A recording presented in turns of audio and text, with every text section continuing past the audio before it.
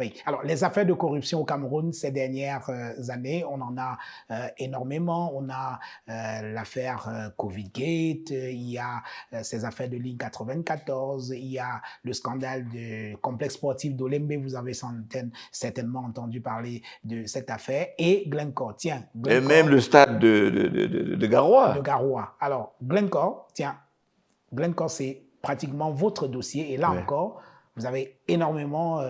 Je suis sur le dossier Glencore depuis 2018. Alors, parlez-nous du dossier Glencore. Beaucoup n'arrivent pas à comprendre de quoi il est vraiment question. On sait tout simplement que Glencore, c'est un géant anglo-suisse de négoce. De quoi s'agit-il et quel est le lien avec le Cameroun? C'est une simple affaire de pot de vin. Ce n'est pas compliqué. Oui. Je tombe sur ce dossier en 2018. Oui. Dans un journal anglais, où Glencore refusait de remettre certains documents. Et j'ai lu que Glencore était suspecté d'avoir versé de pots de vin à plusieurs pays africains. Je me suis dit, tiens, le Cameroun, Glencore est ici. Dans où on parle, il a son siège à Douala. Il a, je crois, des blocs qu'il exploite. Je me suis dit, ça c'est intéressant. J'ai commencé à suivre ça.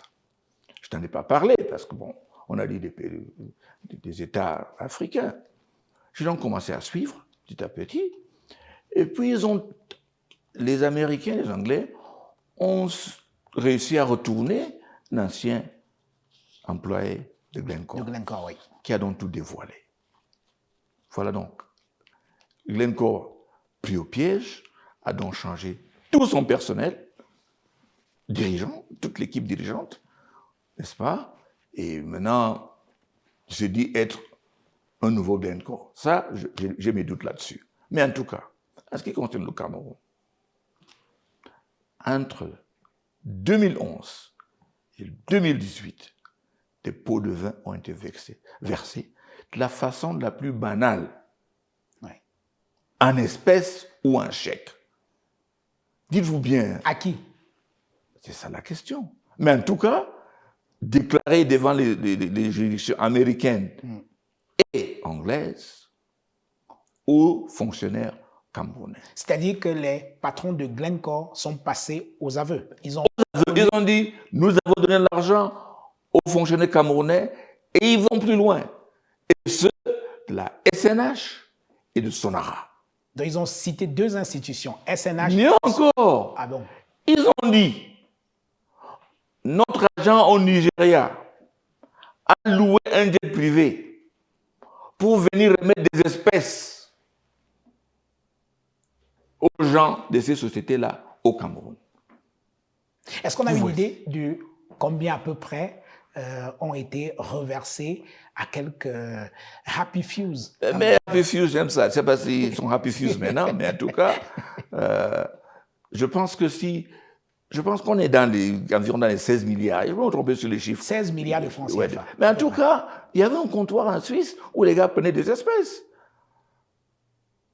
Donc, je ne sais pas qui a la faculté, n'est-ce pas, de traîner du cash à l'espèce de la Suisse, traversant tout ce qu'on traverse pour venir ici. Mais en tout cas... Ça veut dire que c'est des grands quand même. C'est quand même des grands, des costauds, pour ainsi dire.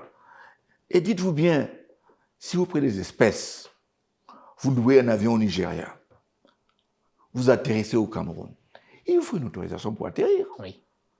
Vous sortez des ballettes d'argent, il y a une douane.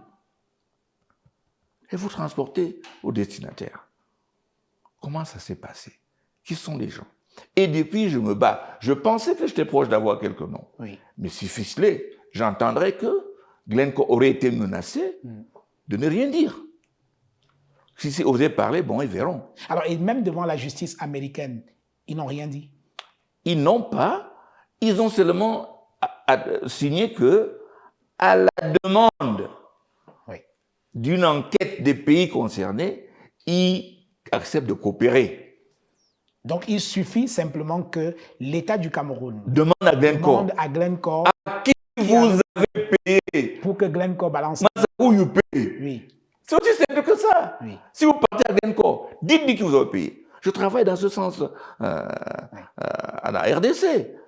Donc, c'est aussi simple que ça.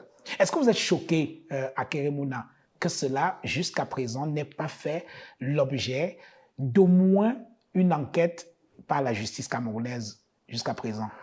Choqué au début, mais maintenant, vous savez, on peut demander aux poissons de se briser.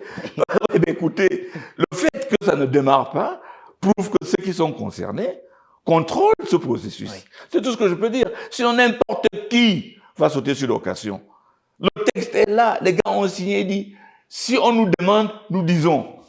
Mais personne ne leur demande.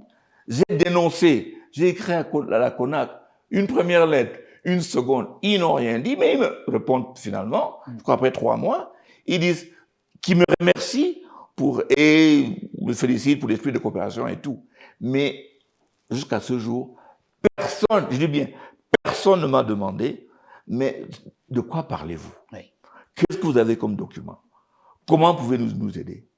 Alors, vous êtes, je l'ai dit tout à l'heure, votre métier c'est avocat et vous travaillez énormément à l'international. Est-ce qu'il y a un moyen, à défaut d'obtenir la coopération des autorités camerounaises qui visiblement sont trempées dans cette histoire, est-ce qu'à l'international, il est au moins possible de faire pression sur le Cameroun pour que ceux qui ont bouffé l'argent de Glencore soient enfin dénoncés publiquement? Mais ça, c'est une question, je pense, très actuelle. Oui. C'est bien que vous la posez. Parce qu'il y a maintenant un mouvement pour la création d'une cour internationale pour les crimes économiques. Oui. Cette instance, et ça ne va pas mettre du temps, hein, cette instance-là, lui, pourra, n'est-ce pas, débusquer ces personnes qui pensent se cacher. Donc, à défaut d'être... Ça ne sera pas aujourd'hui, ça ne sera pas demain, mais ils ne vont pas se cacher longtemps. Oui. Ils ne vont pas se cacher parce que c'est impossible. Et puis aussi pour notre pays quand même, cher ami, que on raconte dans la presse, comme en Amérique latine, chez les vendeurs de drogue, qu'on vienne avec des espèces pour payer des gens, pour avoir des marchés. C'est quand même gros. Hein? C'est quand même gros. C'est quand même gros. Moi, je suis maintenant en train de chercher à voir les dates où les avions sont arrivés. Si j'ai ça, je vais commencer à voir qui a obtenu l'autorisation. Et si j'ai ça, on va petit à petit, on va recouper. On va trouver quelqu'un qui était là, qui a su, parce que c'est quand même beaucoup d'étapes, beaucoup d'intervenants pour que ça puisse rester caché.